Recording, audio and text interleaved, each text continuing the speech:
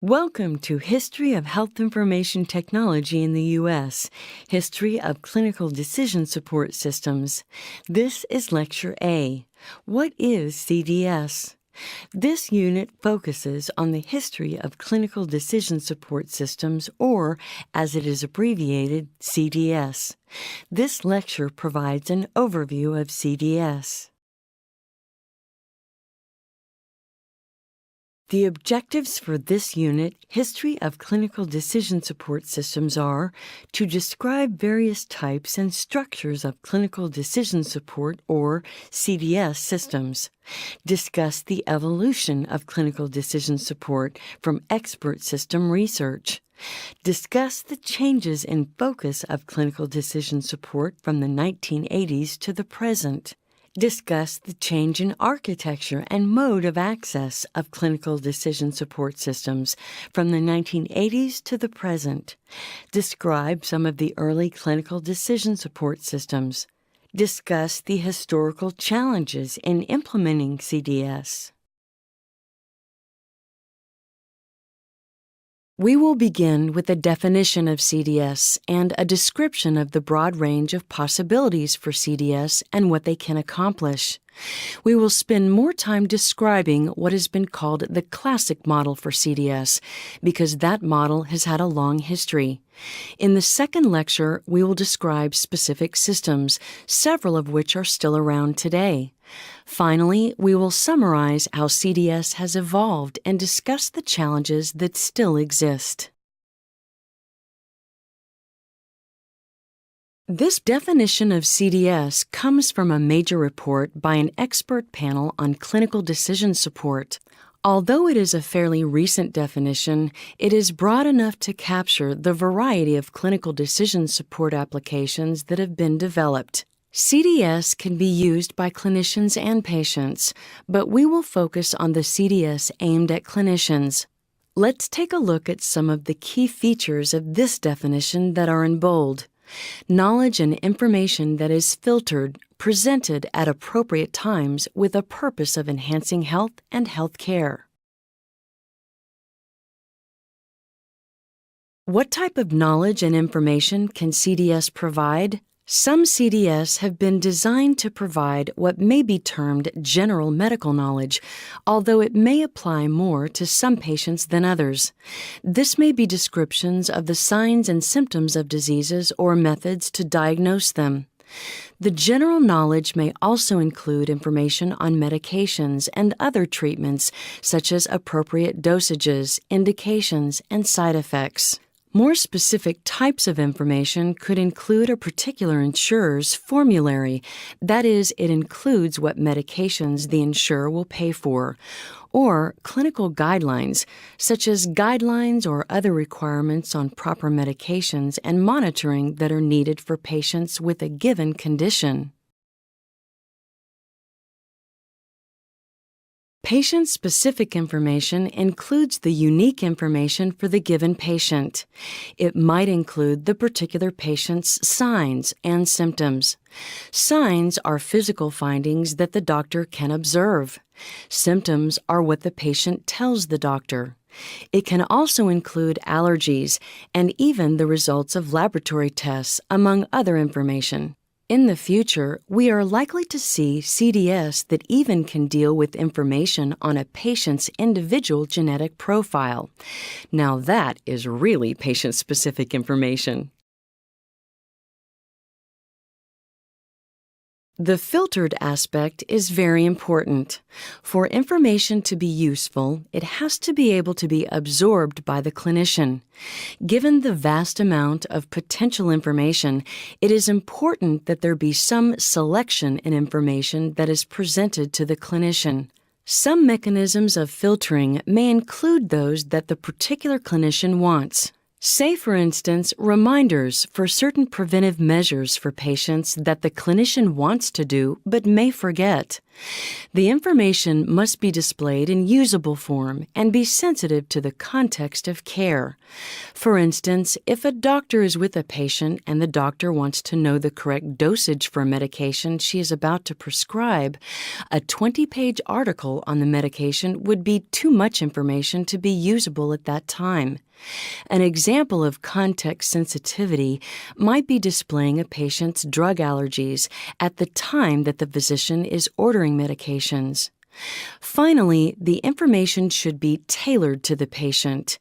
As an example, some medications require special monitoring for elderly patients, but not for children.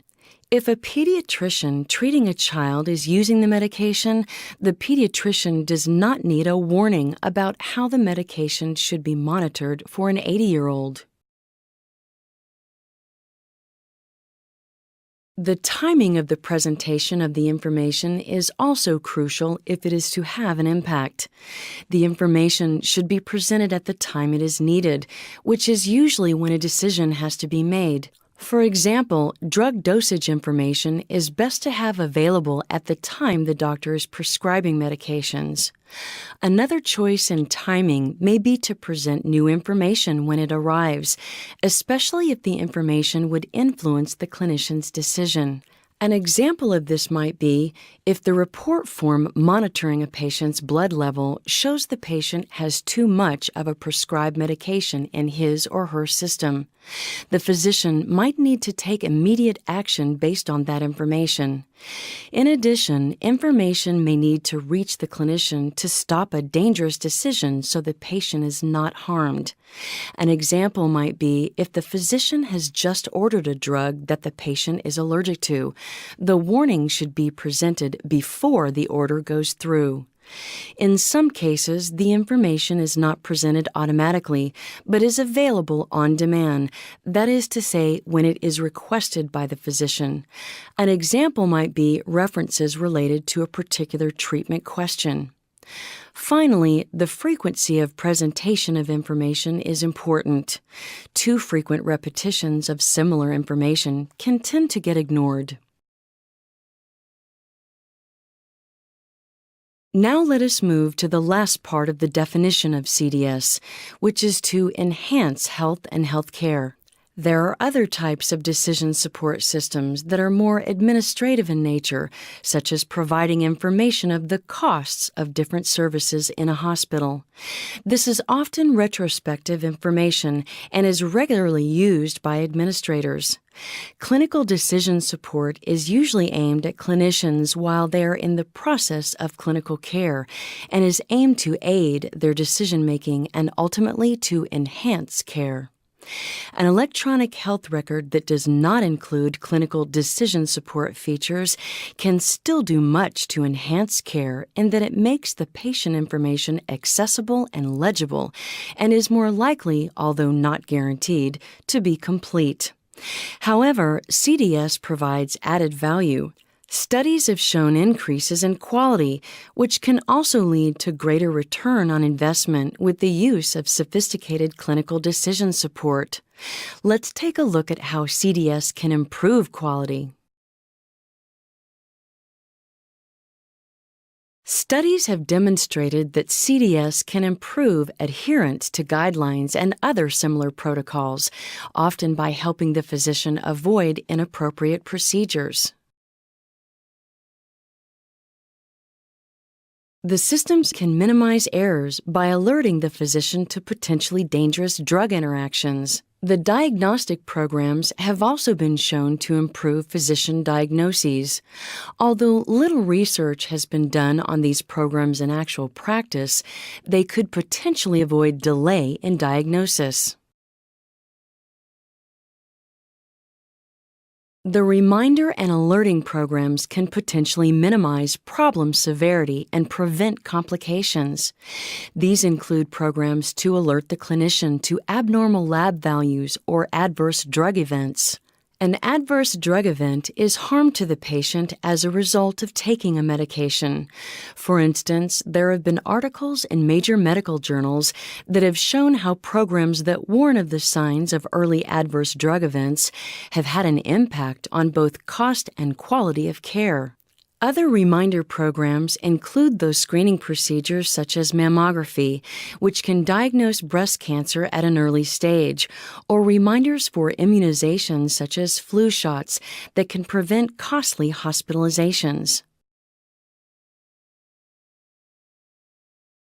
Jerome Osheroff and his colleagues have developed several practical guidebooks on implementing CDS, and they have formulated what they call a taxonomy of CDS interventions. The taxonomy presents a very broad view of what CDS can cover. In addition to the alerts and reminders, CDS includes methods for organizing the information in the EHR to make it more useful for influencing decisions. These include forms and templates and data presentation that aids decision-making. An example of the latter may be a graphical display of blood pressure over time to assist the physician in deciding whether a particular blood pressure medication is working. Order creation facilitators might include order sets that consist of appropriate lab tests for a given condition, or even a list of a physician's preferred medications for given conditions. Time-based checking for protocol support might include reminders on a given day post-surgery for things for nurses to do at that time. The last two items on the list are what some of the early decision support systems focused on and what have been referred to as classic decision support. Although, as we said, there are a variety of types and functions of clinical decision support, some people think of reference information and guidance and alerts and reminders as the only aspects of clinical decision support. We will focus the remainder of this lecture and the next on systems that exemplify these types of classic decision support. Today's clinical decision support systems that would fall in the classic category arose out of earlier expert systems research. The earlier research was related to research in artificial intelligence, where the aim was to build a computer program that could simulate human thinking and which could function as an expert consultant. Medicine was considered a good domain to which these concepts could be applied. Although they began as research projects, the developers of these systems began to adapt them from expert systems to clinical decision support systems and to apply them to real-life patient care processes. The intent of the decision support systems was not to simulate an expert's decision-making, but to assist the clinician in his or her own decision-making. The system was expected to provide information for the user rather than to come up with the answer. The user was expected to filter that information and to discard erroneous or useless information. The user was expected to be active and to interact with the system rather than just be a passive recipient of the output.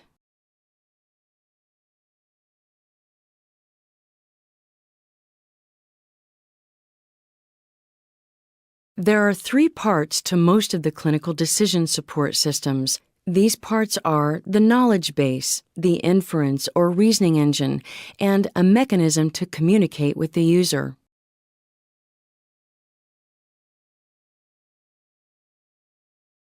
The knowledge base consists of compiled information, often but not always in the form of if-then rules. An example of an if-then rule might be, for instance, if a new order is placed for a particular blood test that tends to change very slowly, and if that blood test was initially ordered within the previous 48 hours, then alert the physician. In this case, the rule is designed to prevent duplicate test ordering. Other types of associations might include probabilistic associations of signs and symptoms with diagnoses. Signs and symptoms are rarely present 100% of the time in a given disease, but some are more likely than others in certain diseases. As an example, if you have the flu, you might have a fever, cough, and body aches, but not everyone who has the flu has all three. Similarly, there are other diseases that might also include some of these features, but all three in combination may be less likely in these other diseases. Some knowledge bases are organized with this type of information about signs and symptoms in various diseases rather than if-then rules.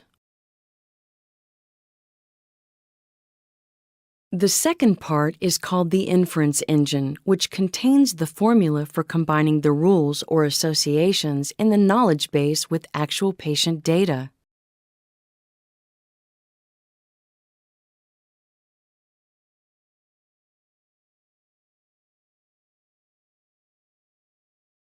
Finally, there has to be a communication mechanism, a way of getting the patient data into the system and getting the output of the system to the user who will make the actual decision. Let's look at some examples.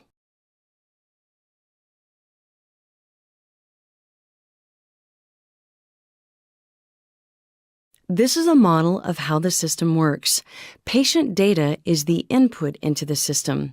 The data may be entered by the clinician, or it may be imported from the EHR. The system itself combines the patient's data with its knowledge base, using the formulas in the inference engine to provide information to the user. In this example, let's assume we have information about the patient in our EHR that the CDS can use. The input might be a medication prescription or order for a patient. The knowledge base might consist of information on interactions of the medication with other drugs, foods, etc. By combining the known information about the patient, like what drugs he is already taking or is allergic to, and what the new prescription is, with the information in the knowledge base, the CDS might produce an alert to potential interactions. Here is another example, this time of a diagnostic decision support system. The physician might enter the key signs and symptoms a patient has. The knowledge base might consist of information on diseases and their associated signs and symptoms, and the output might be a list of possible diagnoses. There are also critiquing systems. The physician might propose a therapy plan for a given condition, and the system might include preferred protocols. The system would compare the planned treatment with the protocol and provide a critique and possibly even alternative recommendations. This concludes Lecture A of History of Clinical Decision Support Systems. In summary, we define CDS and describe the broad range of possibilities for CDS and what they can accomplish. We spent more time describing what has been called the classic model for CDS because that model has had a long history.